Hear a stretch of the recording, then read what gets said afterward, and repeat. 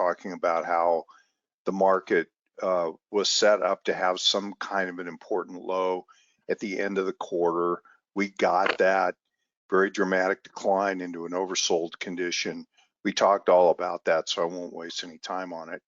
But the other part is that we said June low, July test, and believe me, I've taken these quarter end effects back into the 1800s, and I've studied every single quarter and the effects of these, how markets tend to be, prices are almost magnetized to the highs and lows at the end of quarters.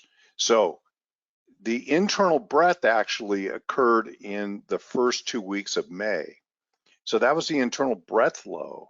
That I thought was very encouraging because actually the June low did have some divergent characteristic in it, some internal downside non-confirmations in the internals of breadth, and I think that that was a sign.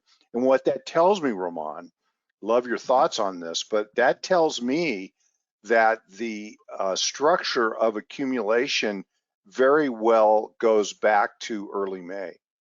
And so we get a rally, and we have, I think we're in near-term resistance right now.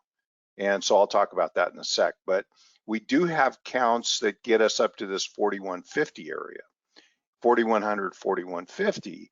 And so we get up into there, maybe getting above the early June highs, then some kind of a backing up, which I expect would be, if it's bullish, to be a shallow, narrow backup into a last point of support type structure. Then this whole area all the way across, maybe from late July or early August back to early May, becomes potentially a larger accumulation. And so that is one scenario that I've got in mind that I'm looking for.